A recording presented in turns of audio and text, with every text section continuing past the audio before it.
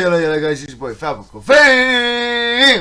Popcorn Falcon 798 here, back with another reaction here with some more Sabaton actually. Now, for the longest time on my channel since I've started reacting to Sabaton, I have been requested to check out their history channel, and for one reason or the other I just didn't get round to it. And what with the year gap happening, I definitely didn't get round to it, and I didn't want to check it out without you guys. So, and I was just finished uploading my latest reaction, Uprising, the music video, where I saw by a comment on there by and so deep. I'm sorry if I got your name wrong, but he told me to again check out the history channel to get a better understanding of the music that I'm listening to. And he says that the history around it is quite sad. Now I do know a tiny bit that it was a uprising in 1944 where they tried to do something about an ammo depot. Now I don't know the full story about it. I did have learned quite a lot about World War II from my dad, and from class, and I actually took history as a extra course. So I do know quite a bit, but I'm not too sure about that bit. About the uprising, I'm not too sure about that. So I'm quite interested, and learning is good for you. So here we are. So if you want to see more of these reactions, let me know down below. I'm happy to do them. I'm happy to do anything you guys want me to react to. So let me know down below, and let's get straight into this. Times when the struggle is so monumental that you know you will not win, you know you will not survive, and you know you will not even make great change, and yet you still make that fight. And our song Uprising is about that.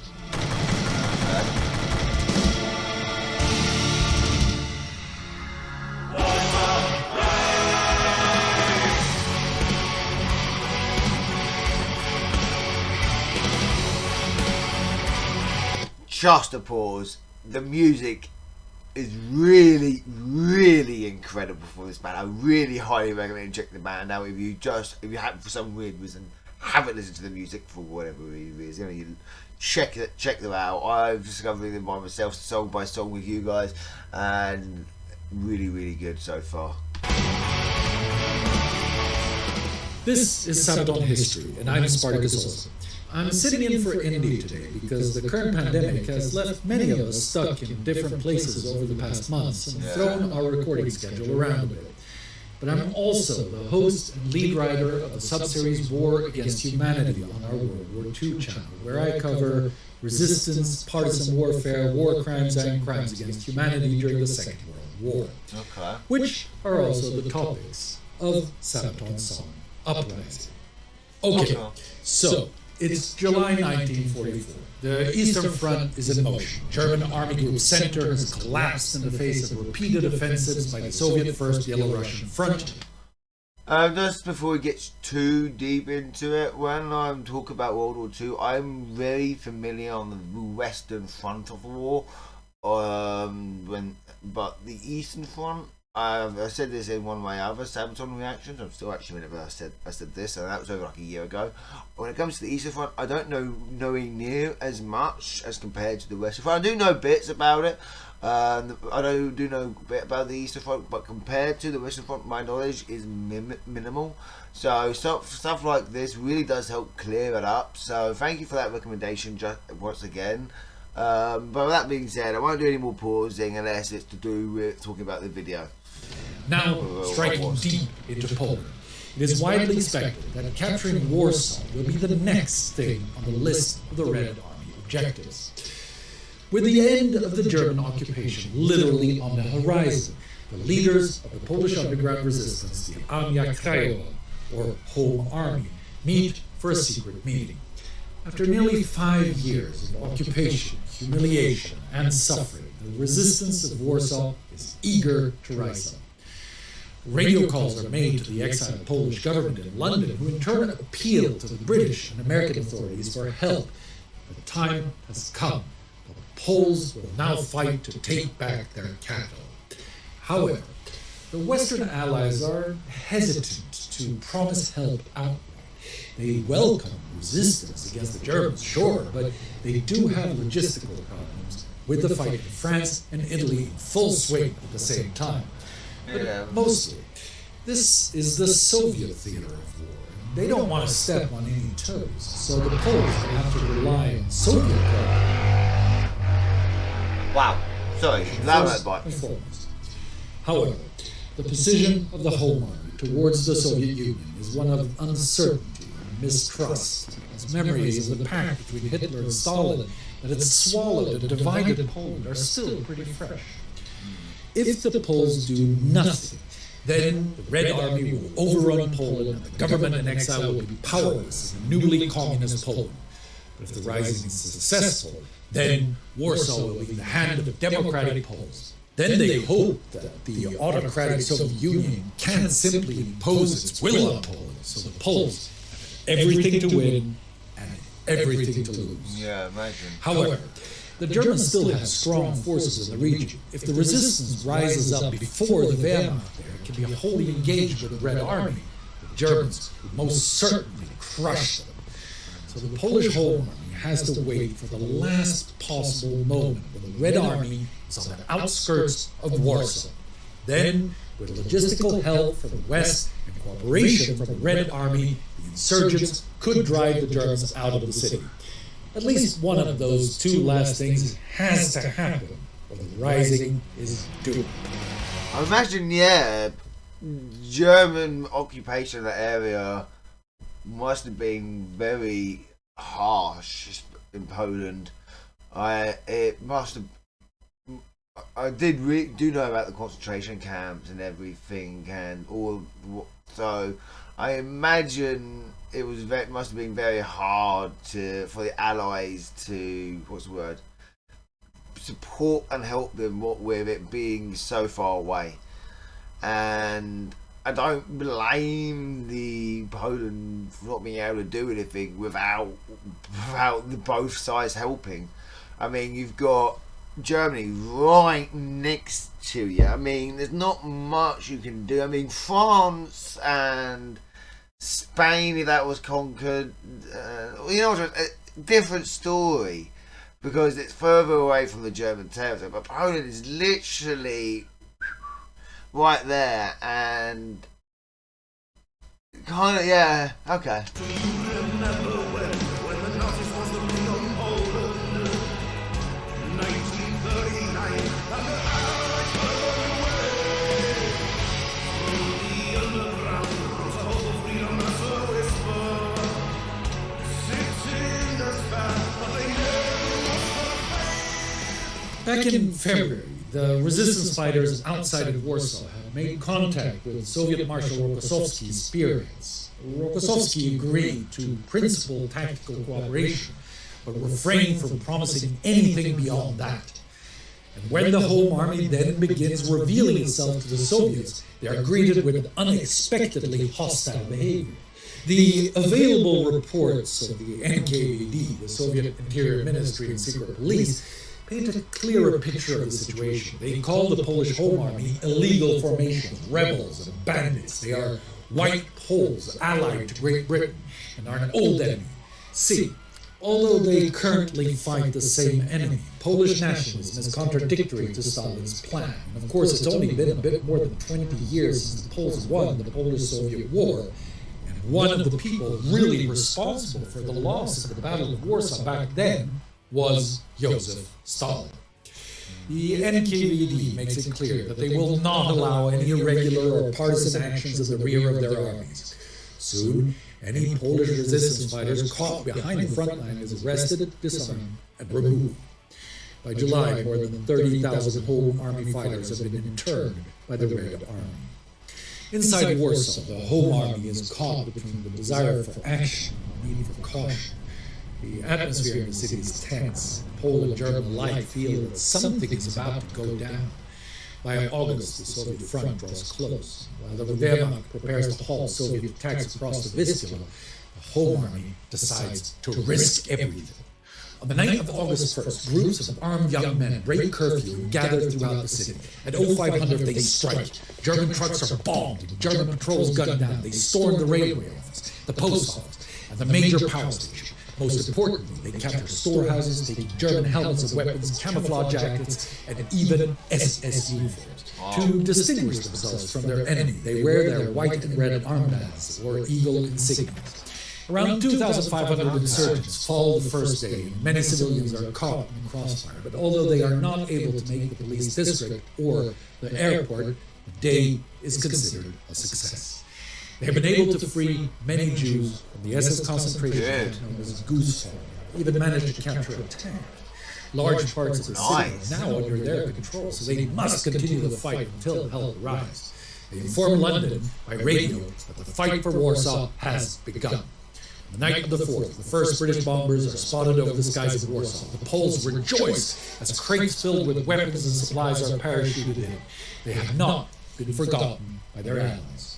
The Germans, however, are now reacting as well.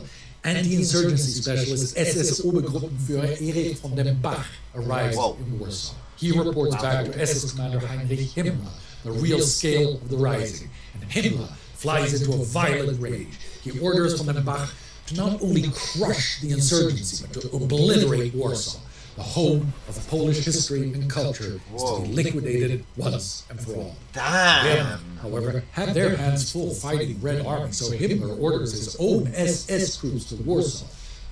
What arrives at that city is an assortment of some of the most notoriously undisciplined, criminal, and murderous SS units the Nazis have to offer. The SS Brigade Dielewanga, the Russian SS Rona Brigade, Cossack and Azerbaijani auxiliary regiments, several Einsatzgruppen and military police units. And for a few days, these units take Himmler's orders literally.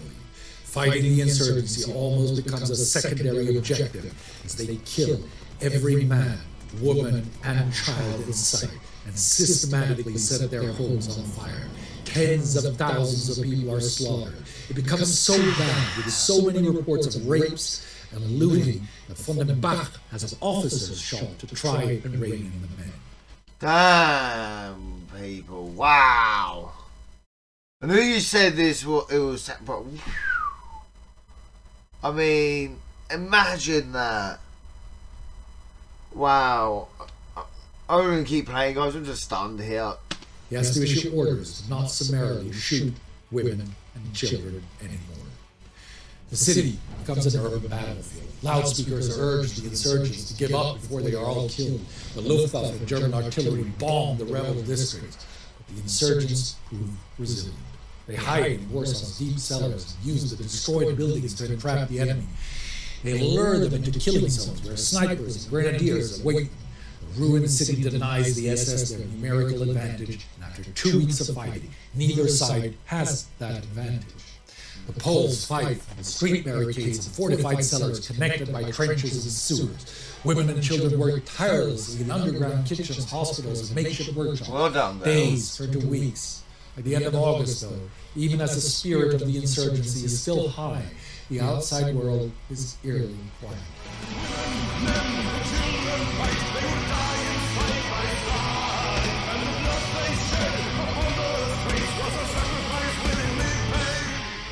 Even contemporary German sources expect the Soviets to try to link up with the insurgents as quickly as possible. The Red Army advances towards the Baltics and the Balkans, but not on the Vistula. Winston Churchill is among the first to make the assumption that this pause during the most critical moment of the rising, where any Soviet attack might have tipped the scale, is deliberate. Okosovsky stands just 20 kilometers away from Warsaw. How come, since the end of July, not one Soviet aircraft has been seen flying over Warsaw? No drop has been made, no shelling of German positions. Did Stalin condemn the rising to its fate? For historians, it's impossible to know Stalin's exact inner motives. Many of the records regarding Poland are still sealed tightly in Russian archives. Reliable intelligence was certainly scarce, and the reports from the NKVD portrayed the insurgency as a reckless adventure by a gang of criminals and bandits. Polish nationalism has no place in Stalin's great strategy. The British will cancel their airlifts as well because of the inefficiency of sending planes from Italian air bases 1,300 kilometers away. There are actually over 200 U.S. Air Force planes stationed in Poltava, Stalin denies them airspace over Poland. Inside Warsaw, losses are heavy on both sides. The Germans have been forced to reinforce the SS with crack units like the Hammergurgen Panzerdivision, and slowly but surely the insurgents are pushed back into the city center. Fighting continues unabated in the cemeteries, the suburbs, and former ghetto, but by September the situation grows desperate. They have held out far longer than expected, but they cannot win the battle of attrition. Down to a quarter of their fighting strength, and with food and medical supplies dwindling, negotiations for surrender begin. But just then, in mid-September, the Soviets suddenly attack the eastern outskirts of Warsaw. It is General Berling's army, made up of Polish colonists and collaborators who attack the German garrisons.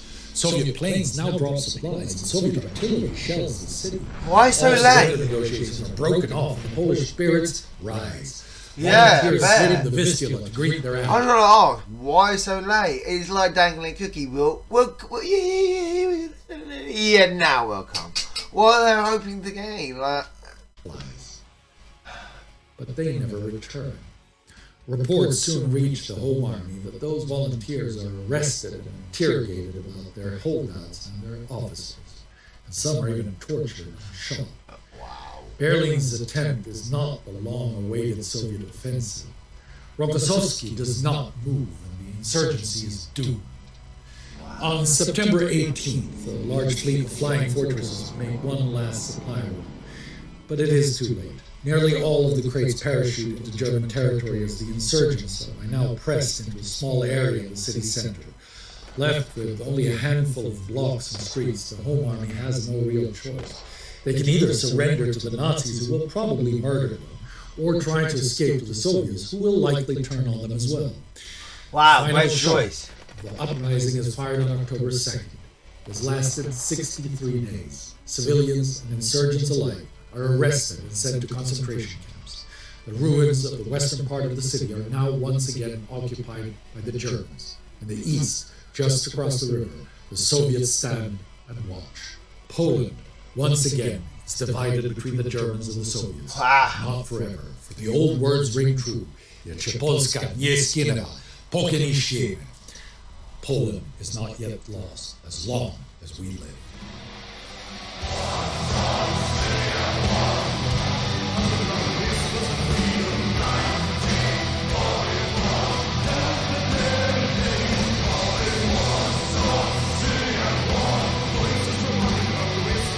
Wow.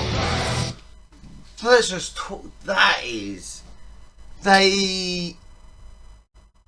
Why? I mean, you have the opportunity to. I mean, the Allies, that's one thing. I mean, that's further away from them, deep into enemy territory. The fact that they were able to send planes and supplies, well done, Britain, France, well, actually not France, we're not getting America, and all that, well done. But Russia, you're on the blimming border. Do something. No, they're dangling cookie. Oh, hello. Like a little helpless child waiting for, you know, well, waiting for, it's ridiculous.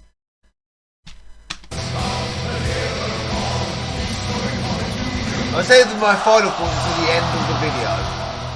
You know, we've talked about a lot of stuff from different songs of yours that have to do with the Second World War, because you have a bunch of them and stuff. And you've met people and relatives, like Audie Murphy's relatives and stuff, coming back and stuff. Did you guys ever meet anybody that actually had anything to do with the uprising itself? Yeah, several actually. Wow. I remember the first couple of people we met. Obviously, we're talking about people who are really old. Yeah. Quite possibly dead now. This was back in 2010. Oh, wow. A lot got lost in translation. It was an emotional experience, but it was really hard because, you know, speaking through a translator at a museum, we were at the Warsaw Uprising Museum. But a few days later, we were still in Poland then, we heard of a woman who had fought in the uprising. Her name was Anna. Oh, wow. And she had moved to Sweden, actually, after everything happened there. At the end of the war. At the end of the war. But it was really one of those moments that I will never forget in my life, because we were speaking Swedish. Yeah. Old people in Poland, for obvious reasons, aren't very good at English. Yeah. And I'm very good at Swedish. Yeah, but she lived in Sweden from, I guess, somewhere in the 40s until 2006, I think it was, 2009. So she just recently moved back when her husband died, I think it was. Oh, wow. And Wow. speaking Long with her time then. and her experiences, and it is so far away from the action movies and everything. I mean, her main role in the uprising, being a young woman or a young girl maybe, wasn't, frontline combat. But of course, she had to. They captured a tank. Yeah. German tank. I can't remember if it was a Leopard or something. Imagine that. He captured it. Pretty cool. Young girl, probably, I don't know, no more older than your kid, 8 years old maybe, having to pick up a pistol, a M1911, and fire. Oh, that's the first gun that came to my head. I know they wouldn't have used that type of gun, but using a pistol of some kind or a machine gun, having to fight off the Germans. I mean, that must have been absolutely terrifying. I could not. Anyone in Western Europe today cannot picture that today. None of us. I mean, apart from none of us young folk, I'm talking, can picture that today. Imagine having to fight the Germans, of capturing tanks, and then hoping that all that was going to come to something, and then Russia turn your back on you for another year, for a little while. They don't cross that to help. Imagine how your spirits must have been crushed.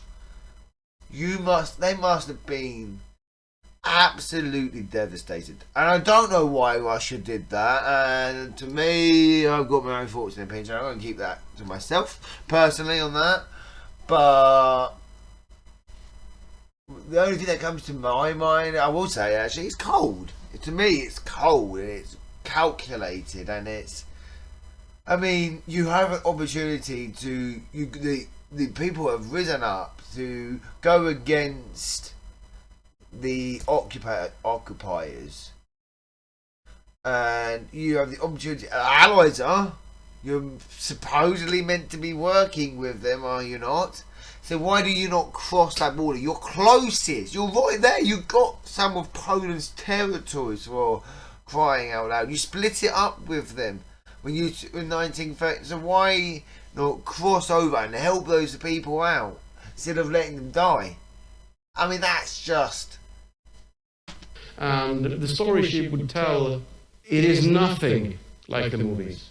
Her stories of, delivering messages through the sewers, and how cramped and tiny it was. I have no idea how it was, but at the Warsaw Uprising Museum in Warsaw, they have sort of reconstructed those sewers so you can walk through them. And they start out pretty big, then they get pretty small, and you can try and how they would move. How far you could. Imagine some areas with bombing being crumbled and everything, and destroyed and everything as well. Imagine having to send these quite messages. Obviously, extreme circumstances, living under those circumstances, and Toxic still fumes, all that. I'm glad that you put that out here. That it's not that the Warsaw Uprising or any war or any combat that you sing about and that we talk about is not what it looks like in the movies. Because I think people need to understand that. I think people lose track of that. That this is the stuff we talk about on this channel and the stuff that they sing about. It's very interesting, and it's important to remember these things for a variety of reasons. But it's not cool. No, it's not. By own, yes. The movies. They want you to watch the story, great, but they also have to give you entertainment value. And war is not entertainment value. It's not cool. No, it's so much boredom. I mean, how fun would it be a movie about World War I? Somebody getting sick in a trench, going back to a the hospital, going back to the trench, taking one step up, dead. And that's your video game, Yeah. and that's 3 weeks you've been playing the game. I mean, that is really, really true if you think about it. Realistically, I mean, this is really any movie, really. And this is why I'm going to go a bit of a tangent here. Why I actually respect the movie Die Hard, and I'll get... You're probably wondering, why do you respect the movie Die Hard so much? It's kind of going on what they're talking about. Nearly every movie nowadays, well, actually, pretty much every movie, relies on the hero. The hero that can do this, can do that, he can take everything. Look at me, I'm the hero. Oh, what do you mean I got shot by a machine gun? Ha ha, I'm the hero. The hero can't take any damage, he can't do no wrong. He will get hit, he'll get stabbed, he'll get gunned down, rocket launched and dropped into a volcano. You name it, he'll walk away from it. And in real life situations, that is not what would happen. Well, that's like, what is that? You stop up from a stretch, dead. Bang. You're end of history. You're lucky if you survive that, right? And like he said, go back to the medic tent, come back to the line after several weeks, just to be shot again when you have to go over that trench.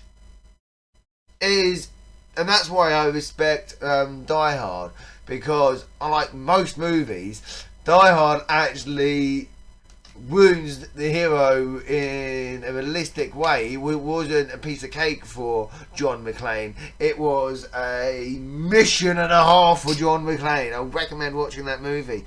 Heck, when he stood on glass, his foot got ripped apart and he had to bandage it. He was bleeding and he was hobbling throughout the rest of the movie. You know, but anyone else and any other movies that Arnie movies, and while I respect the movies, or Sylvester Stallone movies, or whatever,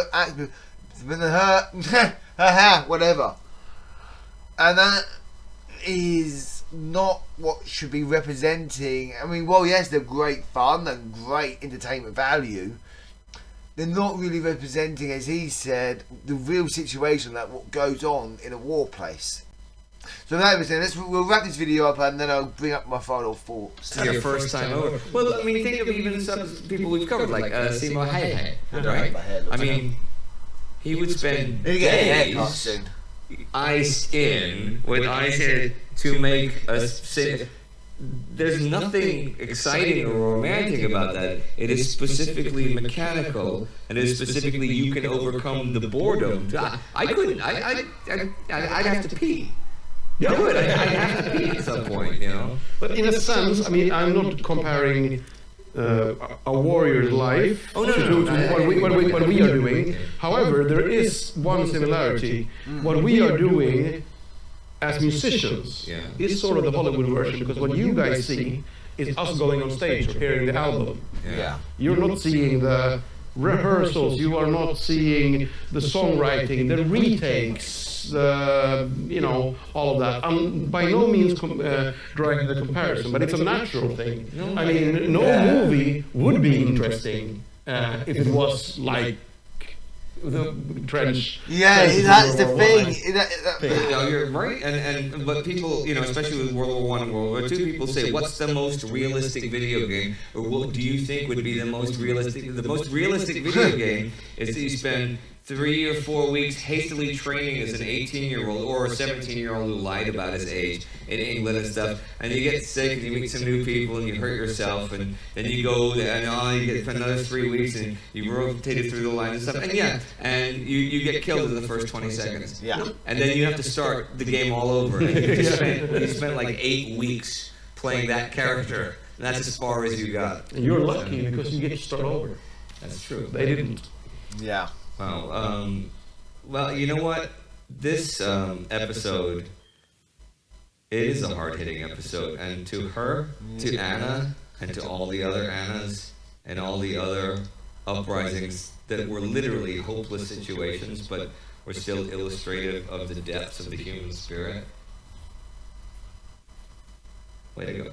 Yeah.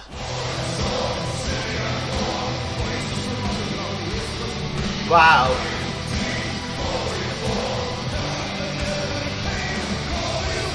That was...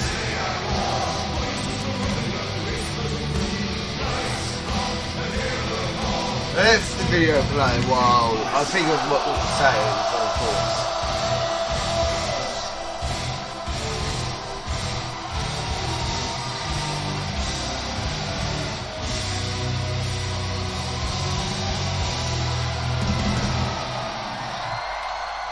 All right, everyone. Thank you very much for watching, and thank you so much for the support with the community. All Patreons, everyone who's helping, sharing Thank you this. for the interesting video. Right, my thought.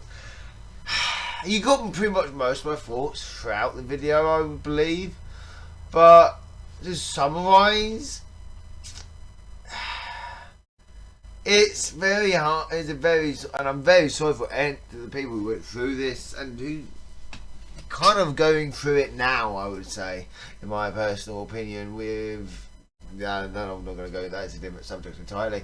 But they're right. We need to learn from things like this. Because if we're not careful, and I was saying this in my reaction video, this will easily happen again. And it's happening now. I mean, not to the same extent as it was like this, nowhere near.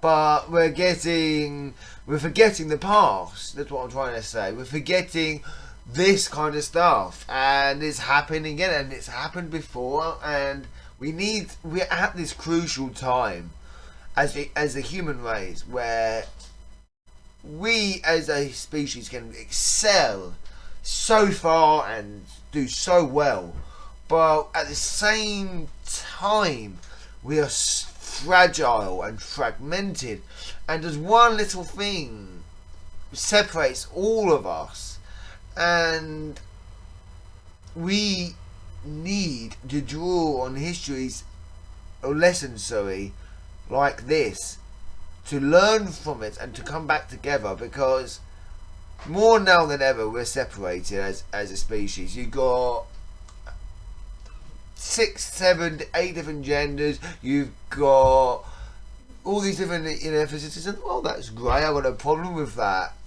Everyone's getting into their own groups. I'm this, I'm that, I'm the other, I'm this particular, I'm that particular. Everyone's becoming more and more divided and not standing together.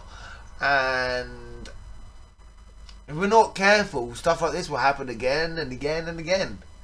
And I just hope that we as a species in time will learn from it, and I hope in 20, 30 years we can have a great laugh and go, ha ha ha, how silly we've been, ha ha ha. But those are my thoughts. I could be wrong about my thoughts and everything, but those are just my personal theories. What do you think down below? Thank you for recommending this. This was really kind of hard to react to, I would say. If you've got anything else you would like me to react to, don't forget to comment down below. And until next time, stay poppy, stay fresh. Ciao for now.